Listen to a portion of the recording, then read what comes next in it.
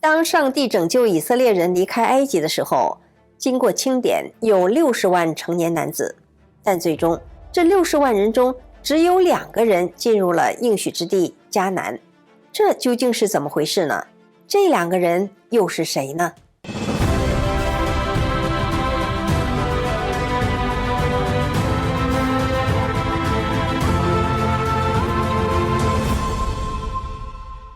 在以色列人走向迦南的路上，上帝在西奈山上显现，与以色列人签订十诫，又与他们同行，穿越沙漠，终于来到了迦南边上，距离上帝所赐的家园仅1步之遥。这时摩西派了12个探子去迦南侦查，这些人过了40天才回来，其中10个吓坏了，说那地方果然是流着奶与蜜的地方，但那里的人强壮高大，我们在他们面前简直就像蚂蚱一样。他们的城邑也坚固高大，不能去，不能去，太可怕了。听了这话，恐惧就像瘟疫一样蔓延开来，人们吓破了胆，炸开了锅，大声喧嚷，彻夜哭嚎，纷纷向摩西和亚伦抱怨道，还不如我们早就死在埃及，或者是死在旷野。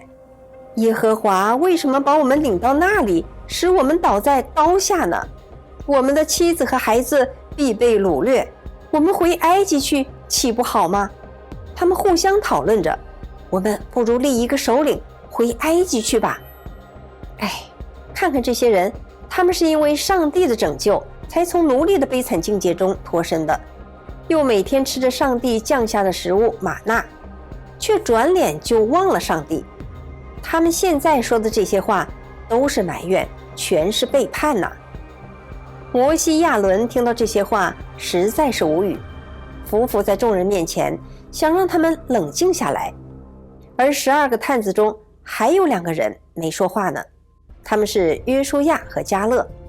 这个时候他们再也看不下去了，撕破了自己的衣服，大声说，我们所窥探经过的是极美之地，耶和华若喜悦我们，就一定会把我们领进那里，把地赐给我们，那原是流奶与蜜之地。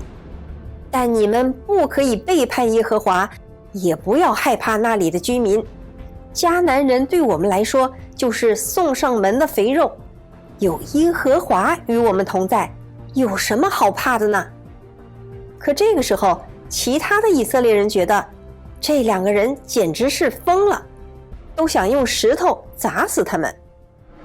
下面是一段工商广告，如果您经常使用公共 Wi-Fi 的话，一定要记住美国国家安全局的强烈建议，在连接公共 Wi-Fi 的时候使用 VPN。 为什么呢？因为很多公共 Wi-Fi 的安全配置都很薄弱，要是没有任何的防护，就连一个精通电脑的孩子用一些廉价的硬体和软件，就能在15分钟之内窃取到我们的个人数据。所以每次上网我都会使用我们节目赞助商提供的 ExpressVPN， 它可以100%的加密我的网络流量，并且把流量重新导向到安全的服务器上，任何第三方都无法窥探我的个人资讯和网络活动。ExpressVPN 被 CNET 评为2024全球最佳 VPN， 加密能力强大，而且操作也简单，只需要点击一个按钮就能完成加密了。手机、电脑、平板电脑、智能电视，甚至家里的路由器都可以装上 ExpressVPN。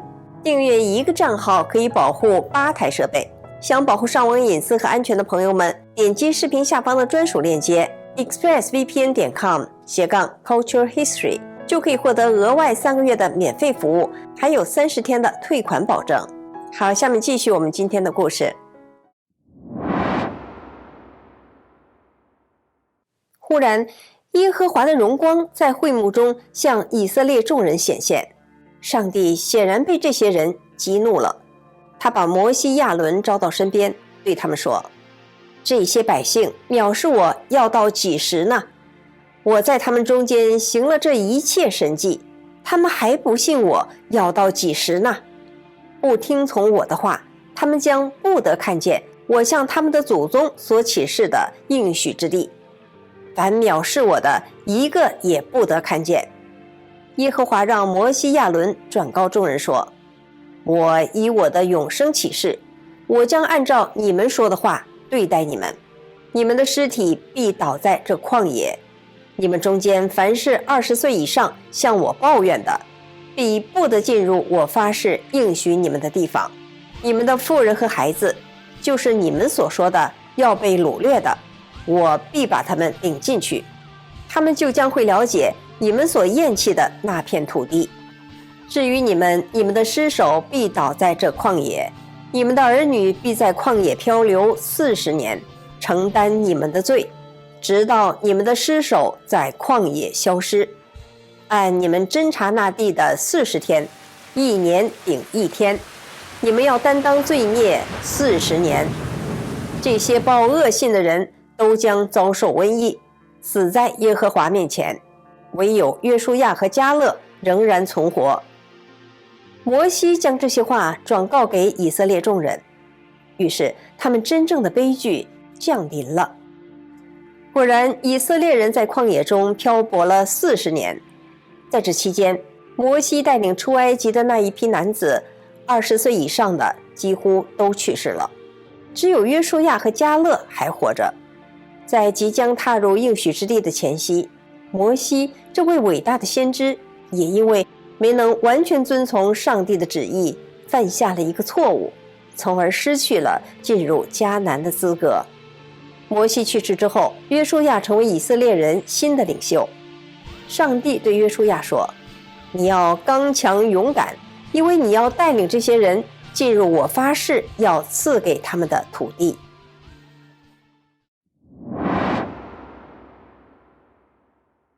以色列人过了约旦河，要前往迦南，首先必须进入耶利哥城。这个城是军事重镇，迦南的门户。那个时候，城里的人已经是非常的腐败、堕落、淫荡的了，是上帝要铲除的。他们城门紧闭，壁垒森严，不让以色列人经过。约书亚首先派出2个探子侦察情况，但差一点就被耶利哥王派人给抓住了。幸好他们得到了一个名叫腊合的妓女的帮助，逃出升天。腊合还告诉他们，因为以色列人有着在上帝的帮助下逃出埃及、走过红海的种种神迹，耶利哥人其实很害怕，但是耶利哥城的城墙很厚，简直固若金汤，这该怎么办呢？一天，约书亚靠近耶利哥，举目观瞧，正见有一个人手握一把出鞘的大刀在对面站着。约书亚问他说，你是帮助我们的呢，还是帮助我们的敌人的呢？那个人回答说，我来是要做耶和华军队的元帅。约书亚马上领悟到这是上帝的使者，就伏伏在地上叩拜，问道，我主有什么话吩咐仆人？耶和华指示约书亚，破城之后，耶利哥人要全部消灭，财物要全部烧毁，唯有金银和铜铁的器皿都要放在耶和华殿的库中。耶和华交给约书亚一个让人大跌眼镜的工程计划，让他率领所有兵士抬着约柜围绕这座城行走，7个祭司要拿着7个羊角走在约柜的前面，1天绕1圈，连续7天。绕城的时候不能说话，而到了第7天要绕城7圈。之后祭司要吹响羊角，这时候以色列人就要大声呼喊，城墙就必塌陷。大家这个时候就要勇敢地冲进城去。于是耶利哥城墙上的守卫和居民们惊奇地看到，以色列人的军队每天绕城1周，除了羊角的声音，整个过程中没人说话，一片肃穆。他们每天都疑惑地看着这不同寻常的景象，连续6天不知所措。直到第7天的黎明，以色列人展开了他们的最终行动。这一天，他们围绕城市走了7圈，紧张气氛达到了高潮。在第7圈，祭司吹角的时候，约书亚吩咐百姓说，呼喊吧，耶和华已经把城交给你们了。这城和其中所有的都要在耶和华面前毁灭，只有妓女喇合与他们家中所有的可以存活，不可取那当灭的物，唯有金子、银子和铜铁的器皿都要归耶和华为圣，必入耶和华的库中。于是以色列人发出了震天的呼喊。突然，耶利哥坚固的城墙开始震动，随着以色列人的呼喊，城墙坍塌了，就像是被看不见的巨手推倒，为以色列人打开了一条前往胜利的道路。他们冲进城内，除了喇合一家，其他耶利哥人都被消灭了。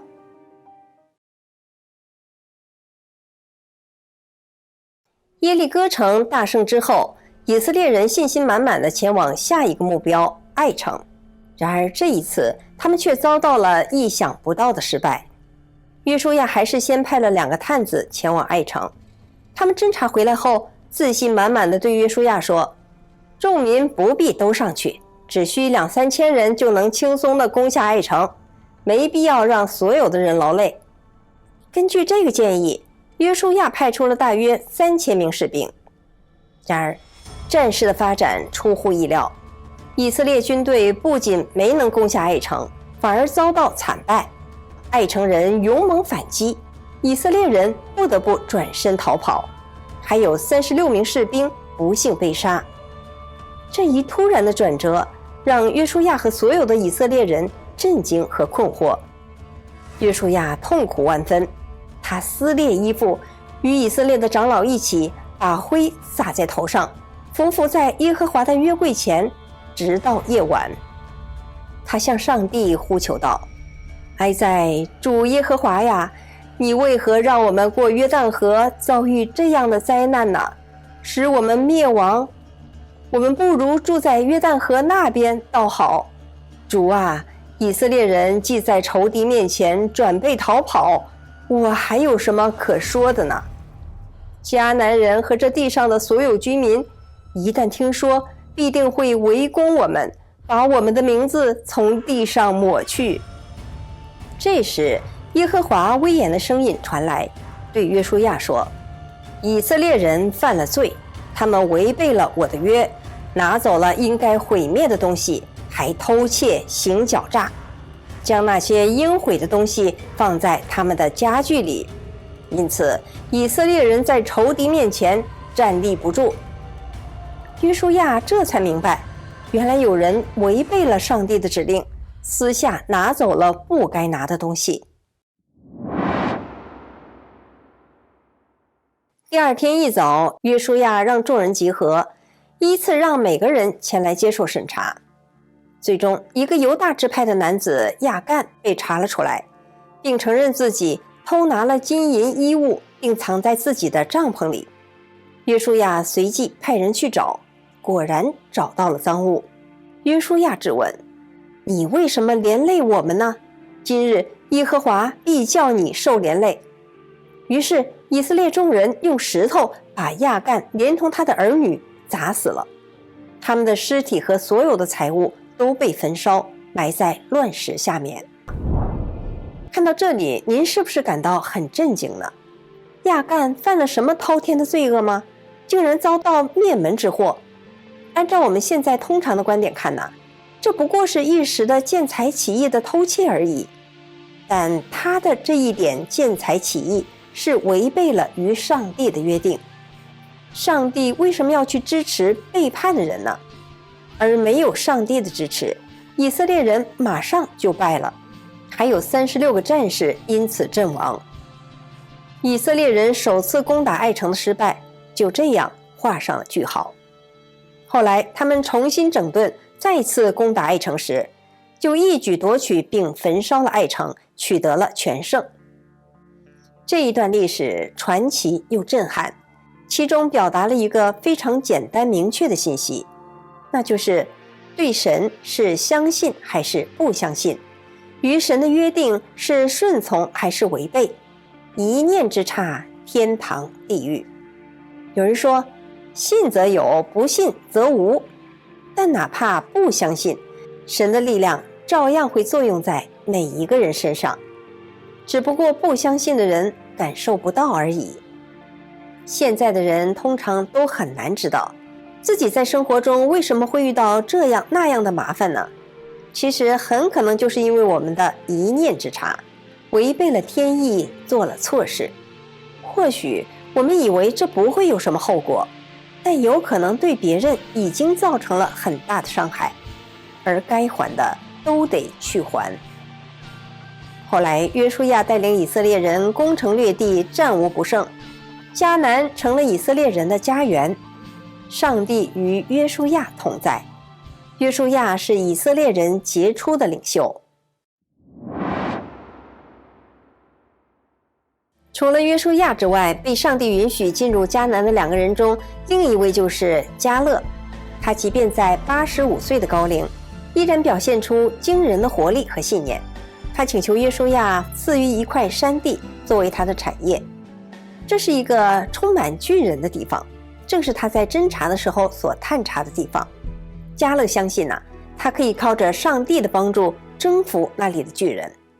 最终迦勒确实成功征服了那里，这个地区成为了他和他后代的产业。约书亚和迦勒的故事是对信念、勇气和对上帝忠诚的充分展现，他们被视为犹太历史中的英雄人物。好，今天的分享就到这里了，欢迎您在留言区发表您的看法。感谢您收看《文史大观园》，我是雪莉，我们下次节目再见。